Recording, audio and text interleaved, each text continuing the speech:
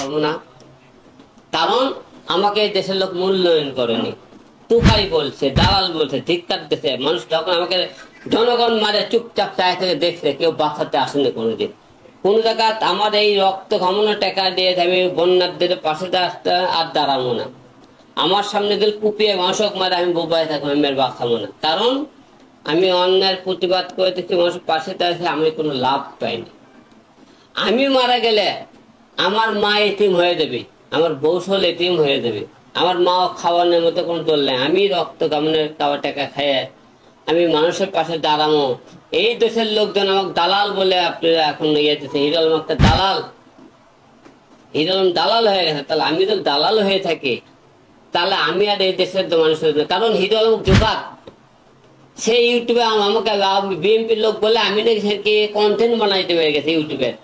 ইউটিউবের ভিউ বাড়ানোর জন্য কন্টেন্ট বিএনপির লোক তাই বলে আমার মৃত্যু নাকি ইউটিউবের কন্টেন্ট বানানোর জন্য। তারা বলে যে কতটা দেশ স্বাধীন হওয়ার পরে কতটা ভালো করছে, আর দেশ ক্ষমতা জানলে কি করে আপনারা দেখবেন। অনেকে আমাকে এখন দালাল বলতেছে, আমি বিএনপির বিরুদ্ধে কথা বলতেছি বলে। আদালতে যদি আমরা ন্যায় বিচার পাওয়ার যায়, সেই জায়গায় যদি আমাকে মারধর করে, তা আমরা বিচার কার কাছে পাবো?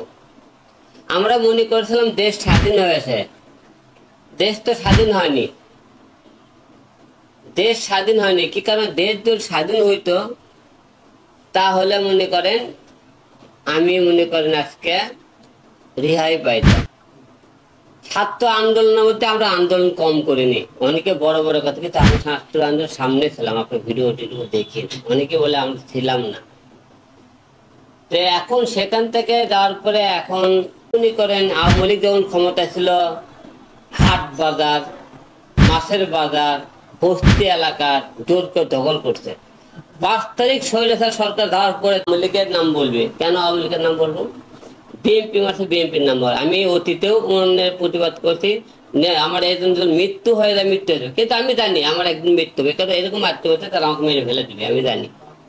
তো এখন হলো যে প্রশ্ন হলে আমি রাজনীতি ছেড়ে দিয়েছি।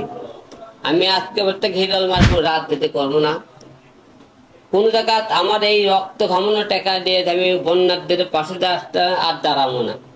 আমার সামনে দিল কুপিয়ে মানুষক মারে আমি বোবাই থাকবো, আমি আর বাঁচাবো না। কারণ আমি অন্যায়ের প্রতিবাদ করে দেখছি, মানুষের পাশে দাঁড়িয়ে আমি কোনো লাভ পাইনি। আমি মারা গেলে আমার মা এতিম হয়ে যাবে, আমার বৌসল এতিম হয়ে যাবে, আমার মাও খাওয়ানোর মতো কোনো দল নেই। আমি রক্ত কামনের খাওয়া টাকা খাইয়ে আমি মানুষের পাশে দাঁড়াবো।